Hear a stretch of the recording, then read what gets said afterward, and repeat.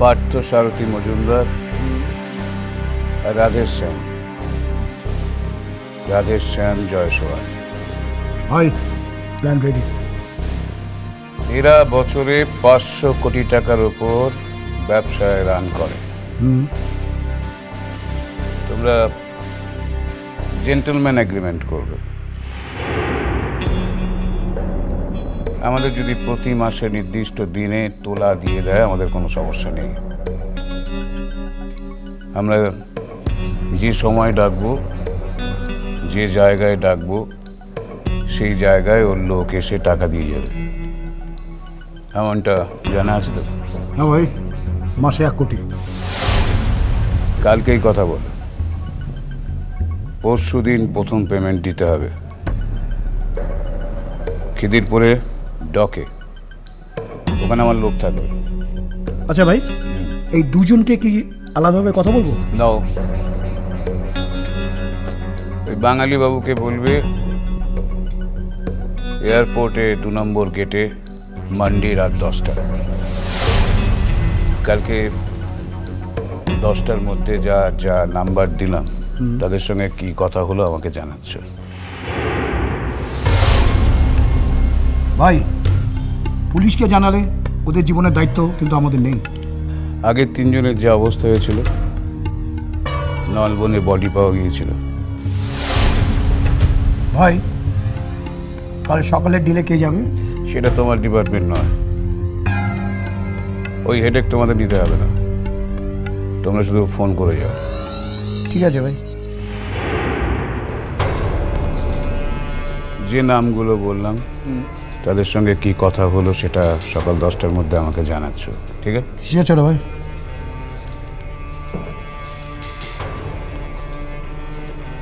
আজ আমি উঠি, তোমরা খাও পিও, আবার একটু কাজ আছে। ছোট ভাই, আপনাকে এগিয়ে দিয়েছে? না না, কোনো দরকার নেই, কোনো দরকার নেই। ওকে ও ভাই। স্যার, আপনাকে চলে যাচ্ছেন? না, আমরা আসছি, তুমি ডিনার রেডি করো। ঠিক আছে।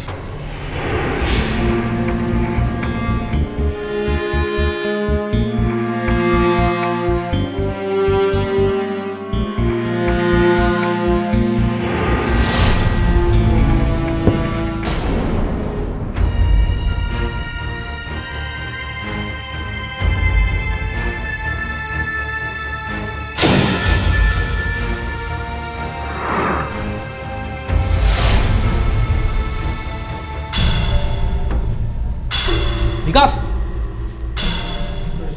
একটা নতুন ব্লক নিয়ে এসো। এই কি হলো? স্যার, একটু জিনিসটা পড়ে গেছে। তোলো এগুলো, তোলো। হ্যাঁ তোলো, দাঁড়িয়ে আছে কেন? হ্যাঁ, বিকাশ বসো।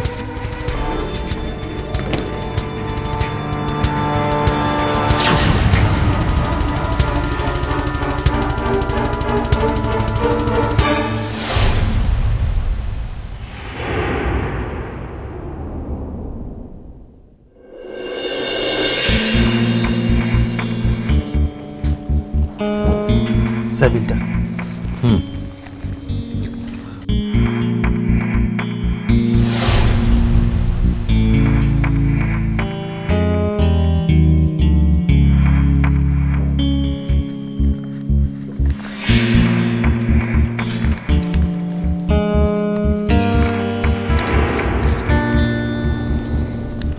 Thank you sir.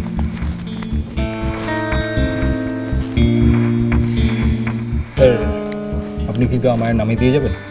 কোন দিকে যাবে তুমি? মল্লিক বাজার স্যার। আমি তো এখান থেকে অফিসে যাব, এমার্জেন্সি।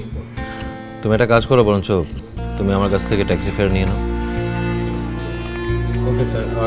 আর ওই ব্যাপারটা ডোন্ট ওয়ারি, ঠিক সময় মতো পেয়ে যাবে। চলো।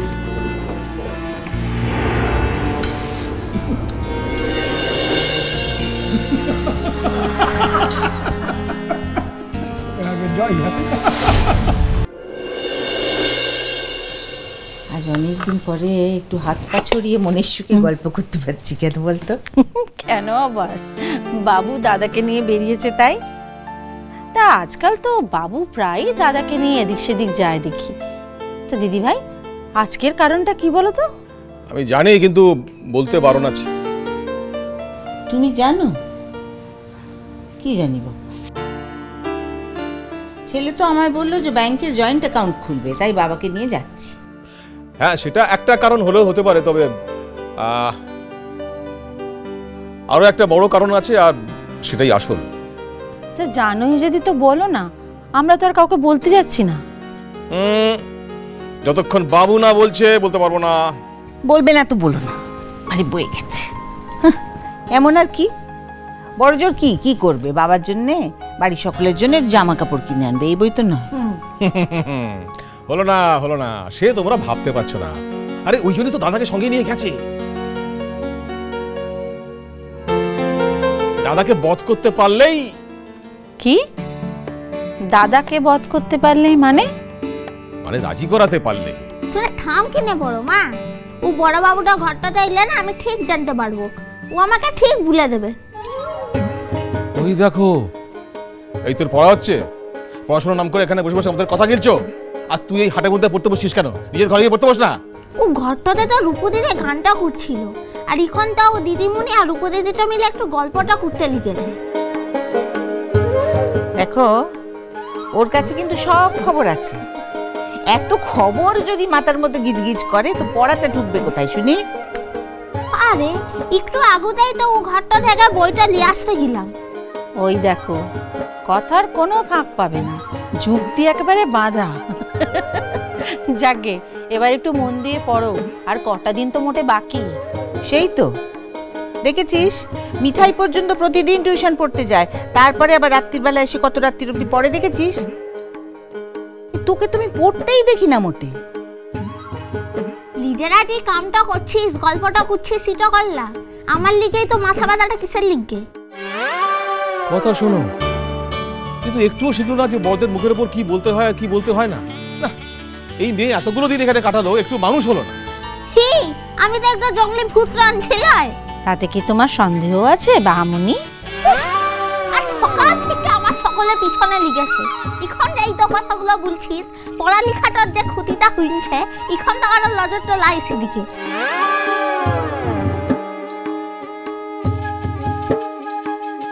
আহা গো, কত পড়ালেখা নিয়ে ভাবনা, ক্ষতি তো হচ্ছে। ওঠা উঠবো, বাবু কি বলেছে তুমি তো জানো, বুঝলাম, কিন্তু আর কে জানে বলো তো? আর কে জানবে?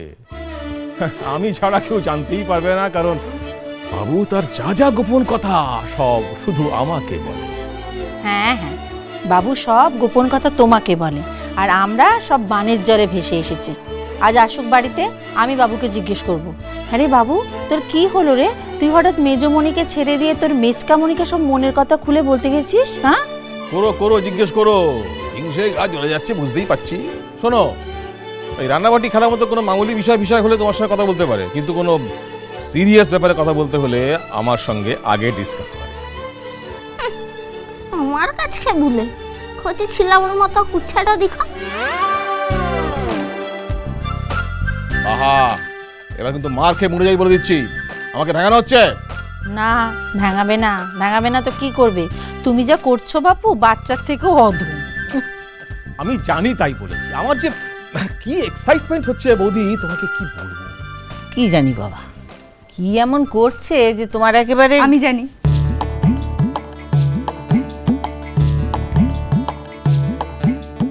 ইনফ্যাক্ট কমলিকার কাছ থেকে আমিও জেনে গেছি। হ্যাঁ রে, এই বাবু কি বিয়ে করে বউটাও নিয়ে আসছে নাকি?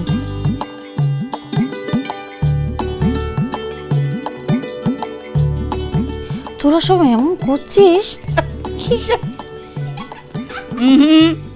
তোমাকে কিন্তু আমি টাস্ক দিয়েছি বাহা, আর সেটা আমার ওবেলার মধ্যে চাই। তাহলেই হয়েছে। এখানে বসে বসে আমাদের কথা গিলছে আর ফোড়ন কাটছে। না রে দিদিমণি, ও মিঠা বাবুটা তো এখানে না আমাকে দেখতে পারে না, তার লিগে বানাইন কথাগুলো বলছে। শুনলে কথাটা? শুনলে তোমরা? তুমি আর হেসে হেসে ওকে প্রশ্রয় দিও না তো বৌদি। যাক, ঠিক আছে, আমার টাস্কগুলো যদি আমি ওবেলার মধ্যে না পাই তাহলে আমি তো আর পড়াবো না। অর্চিতার কাছে তুমি পড়তে বসো কাল। না রে দিদিমণি, আমি সব পড়াটা তোকে করে দেবো, তো বিশ্বাস রাখি না। জোকের মাথায় নুন পড়েছে।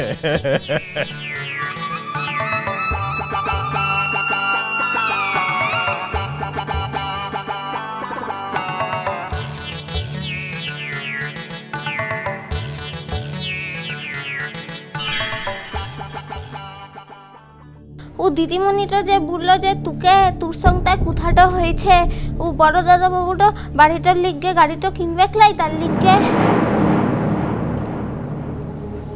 আমি জানি বাড়িতে কেউ নেই, আসলে আমি তোমার সঙ্গে দেখা করতে এসেছি। মিষ্টি কুটু মিষ্টি কুটু মিষ্টি কুটু।